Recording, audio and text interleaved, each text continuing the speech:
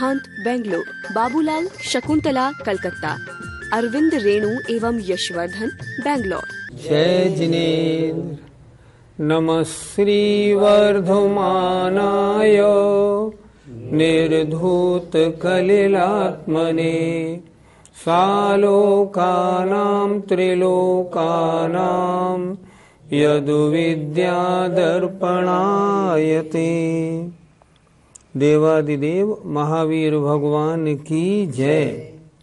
रत्नकरंडक श्रावकाचार्य ग्रंथराज की जय। आचार्य समंत भद्र महाराज की जय। संत शिरोमणि आचार्य विद्यासागर जी महाराज की जय। पाठशाला कार्यक्रम के अंतर्गत सभी श्रोताओं का हम स्वागत करते हैं।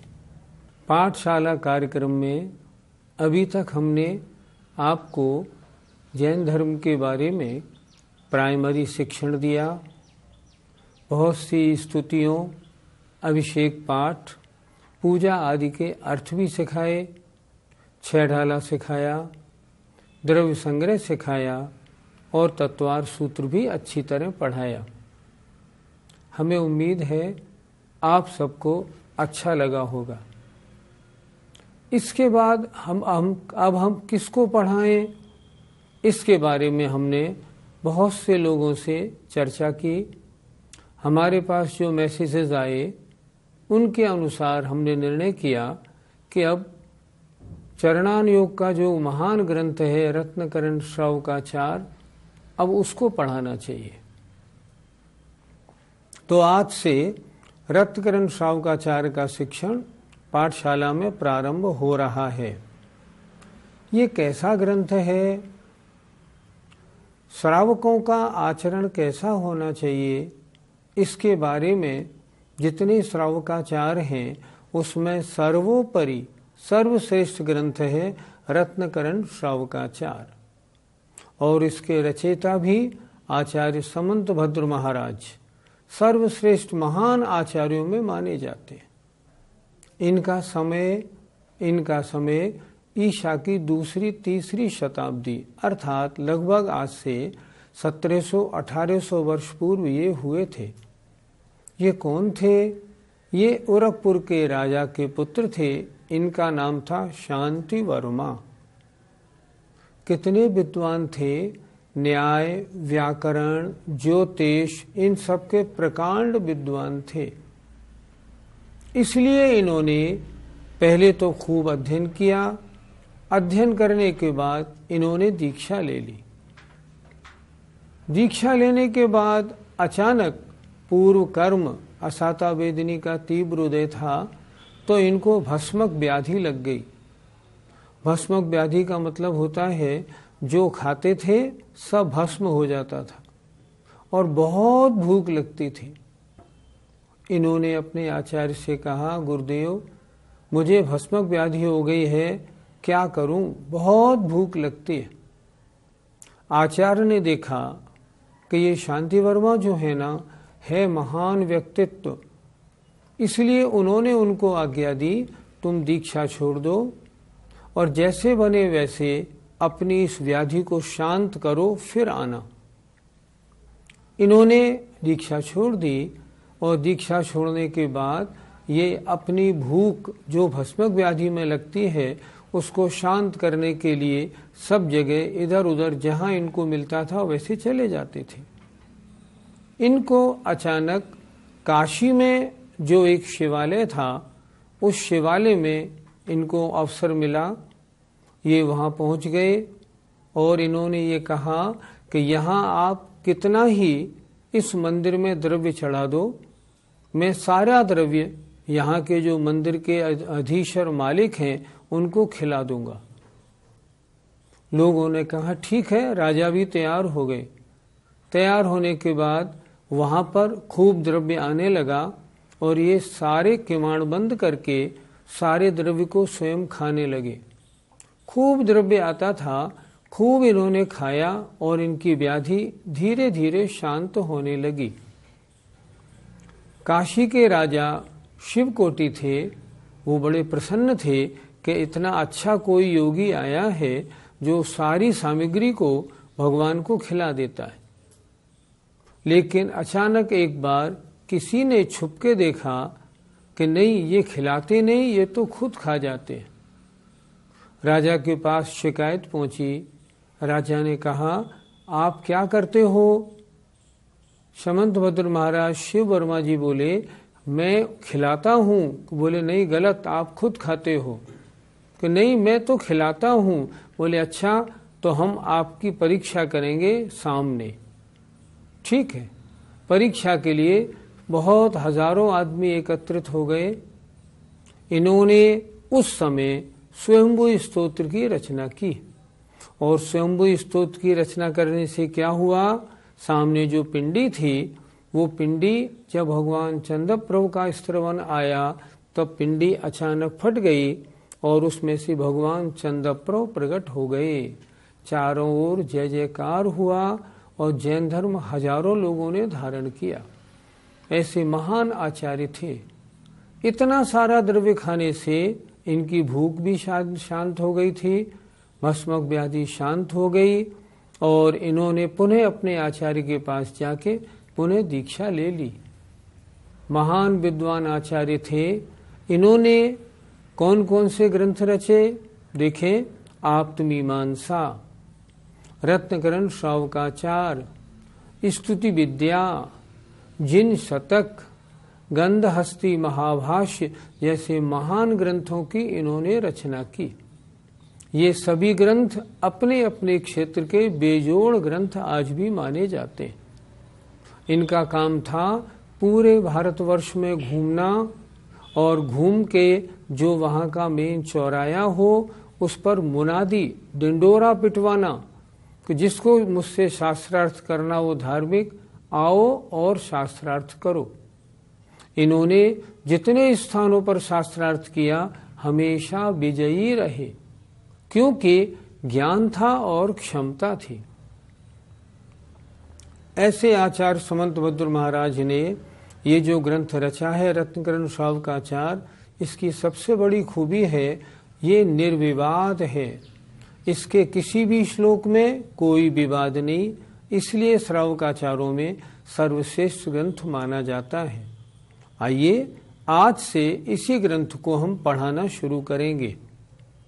यहाँ चैनल वालों ने एक पट्टी भी चला रखी थी कि जिनके पास रत्नकरण श्रावकाचार ना हो वो एक नंबर हमने दिया था कि इस मोबाइल नंबर पर SMS अपना एड्रेस कर दें, हम उनको यह किताब फ्री भिजवाएंगे। यदि आपने न किया हो कोई बात नहीं, अगर आपके घर में है तो आप निकाल के बैठिए। अगर आपके पास नहीं है रत्नकरण श्रावकाचार, पढ़ना आपको जरूर है, क्योंकि श्रावकों के लिए इससे अच्छा ग्रंथ नहीं। हम सही अच्छे श्रावक कैसे बने, इसको अगर बनना है ना तो ये ग्रंथ आपको पढ़ना ही होगा। और इसकी एक एक जो श्लोक है ना वो अनमोल अद्वितीय है, बहुत सुंदर ग्रंथ है। आइए शुरू करते हैं, किताब खोल लीजिए। ओम नमः सिद्धेभ्यः, ओम नमः सिद्धेभ्यः, ओम नमः सिद्धेभ्यः। ओकारं बिंदु संयुक्तं नित्यं ध्यायन्ति योगिनः, कामदं मोक्षदं चैव ओंकाराय नमो नमः। अविरल शब्द घनौघ प्रक्षालित सकल भूतल कलंका, मुनिभिरुपासित तीर्थाः सरस्वती हरतु नो दुरितम्। अज्ञानतिमिरान्धानां ज्ञानाञ्जनशलाकयाः चक्षुरुन्मीलितं येन तस्मै श्रीगुरुवे नमः। परं गुरुभ्यो नमः, परम्पराचार्य गुरुभ्यो नमः।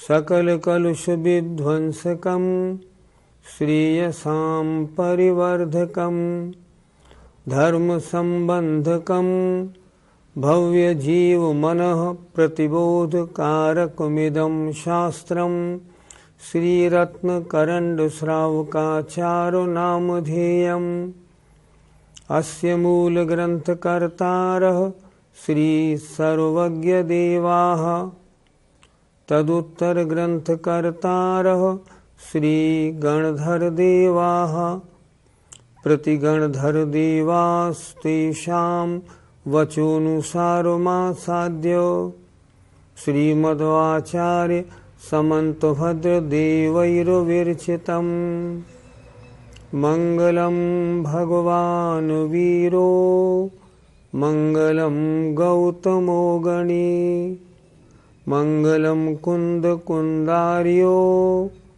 जैन धर्मोस्तु मंगलम सर्वमंगल मांगल्यम सर्वकल्याणकारकम प्रधानम सर्वधर्माणां जैनं जयतु शासनं जैनं जयतु शासनं जैनं जयतु शासनं नमः श्रीवर्धमानाय निर्धूतकलिलात्मने सालोकानां त्रिलोकानां यदुविद्यादर्पणायते।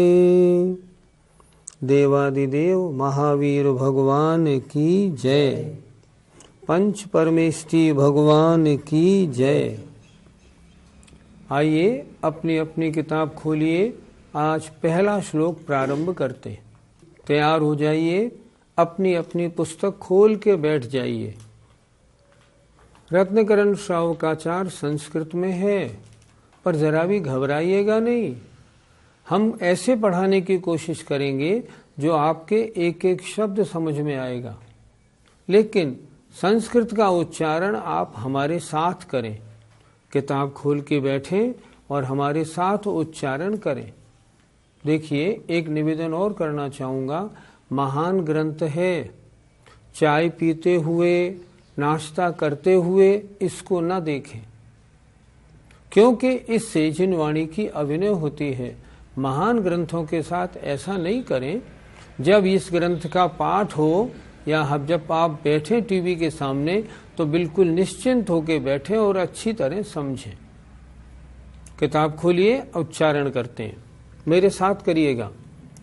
नमः श्री वर्धमानाय, बोलो। नमः श्री वर्धमानाय निर्धूत कलिलात्मने, निर्धूत कलिलात्मने सालोकानां त्रिलोकानां सालोकानां त्रिलोकानां यद्विद्यादर्पणायते। यद्विद्यादर्पणायते। एक बार बोलिए, नमः श्री वर्धमानाय निर्धूत कलिलात्मने सालोकानां त्रिलोकानां यद्विद्यादर्पणायते। आइए अब एक एक शब्द का अर्थ समझते हैं। नमः नमस्कार हो, श्री वर्धमानाय श्री वर्धमान भगवान के लिए, अर्थात श्री वर्धमान भगवान को नमस्कार हो। कैसे है वर्धमान भगवान? निर्धूत, नष्ट कर दिया है। कलिल माने कर्म कलंक को, आत्मने आत्मा से जिन्होंने। आत्मा अनादिकाल से हम संसारी जीवों की आत्मा कर्म से मैली है। तो कौन से महावीर भगवान? जिन्होंने आत्मा को कर्म कलंक से निर्धूत नष्ट कर दिया है, जिन्होंने आत्मा के साथ लगे हुए अष्ट कर्मों को नष्ट कर दिया है। अभी कहाँ है? अभी तो सिद्धालय में विराजमान है। और कैसे है महावीर भगवान? जिनको सालोकानाम, संधि विच्छेद करें, स अलोकानाम त्रिलोकानाम, जो अलोकाकाश सहित, देखिए आलोक सहित लिखा है हमने, जो अलोकाकाश सहित त्रिलोकानाम तीनों लोकों को, यद विद्या जिनका ज्ञान, दर्पणायते दर्पण मिरर शीशे की तरह स्पष्ट जानता है, ऐसे उन महावीर भगवान को नमस्कार हो। फिर देखें अच्छी तरह से, नमः श्री वर्धमानाय, श्री वर्धमान भगवान को नमस्कार हो। कैसे हैं वर्धमान भगवान? जिन्होंने अपनी आत्मा से कलिल माने पाप कर्म कलंकों को निर्धूत माने नष्ट कर दिया है, जिन्होंने समस्त कर्मों को नष्ट करके अपनी आत्मा को परम शुद्ध बना लिया है, और जिनकी आत्मा में सा अलोकानाम अलोकाकाश सहित तीनों लोक, यद विद्या माने जिनके केवल ज्ञान में, दर्पणायते दर्पण के समान प्रतिबिंबित होते हैं। जैसे दर्पण के सामने जो वस्तु आती है उसमें झलकती है, ऐसे ही जिनके केवल ज्ञान में सारा तीन लोक नहीं, तीनों लोक नहीं, सारा अलोकाकाश भी जिनके केवल ज्ञान में दर्पण की तरह स्पष्ट झलकता है, ऐसे उन महावीर भगवान को मैं नमस्कार करता हूँ। मैं कौन? आचार्य समंत भद्र महाराज। मैं अर्थात आचार्य समंत भद्र महाराज कह रहे हैं, ऐसे उन वर्धमान भगवान को मैं नमस्कार करता हूँ। पंडित जी, किसी भी ग्रंथ की रचना से पूर्व मंगलाचरण क्यों किया जाता है? मंगलाचरण दो शब्दों से बना है, मंगल और आचरण। अर्थात मंगल, मंगल क्या शब्द है? मंगल का अर्थ मतलब होता है जो आत्मा के साथ लगे हुए कर्म बल को गलावे। दूसरा अर्थ होता है जो सुख या पुण्य की प्राप्ति कराए, उसे कहते हैं मंगल। और ग्रंथ के प्रारंभ में जो मंगल करके कार्य किया जाता है उसे कहते हैं मंगलाचरण। मंगलाचरण करना चार कारणों से जरूरी है। पहली बात, जो भद्र पुरुष धर्मात्मा सज्जन लोग होते हैं, किसी कार्य को करने से पहले अपने से बड़ों का स्मरण करते हैं, फिर कार्य शुरू करते हैं। इसलिए पहले भगवान का स्मरण करें, फिर अपने ग्रंथ को लिखना शुरू करें।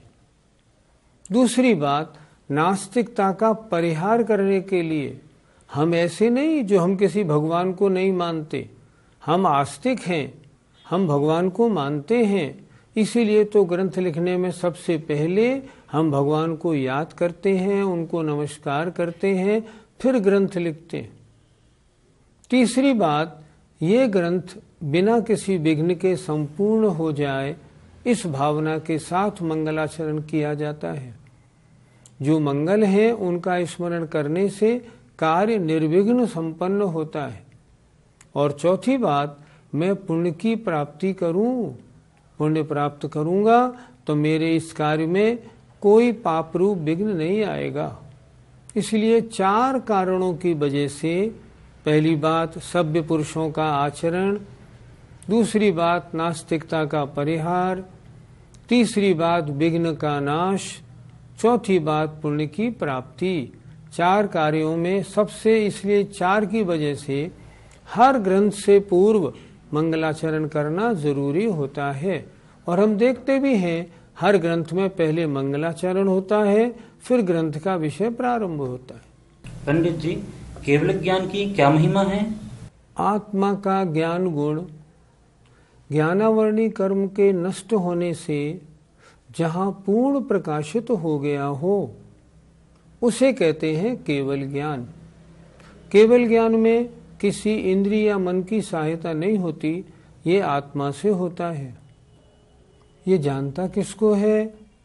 तीनों लोकों में और पूरे अलोकाकाश में जो आकाश द्रव्य है और तीनों लोकों में जितने द्रव्य हैं उनकी जितनी अनंत पर्याय हो गई, जो आगे होंगी और जो वर्तमान में हैं, उन सब पर्यायों को एक साथ क्रम से नहीं अक्रम से जो संपूर्ण रूप से जानता है उसका नाम केवल ज्ञान है।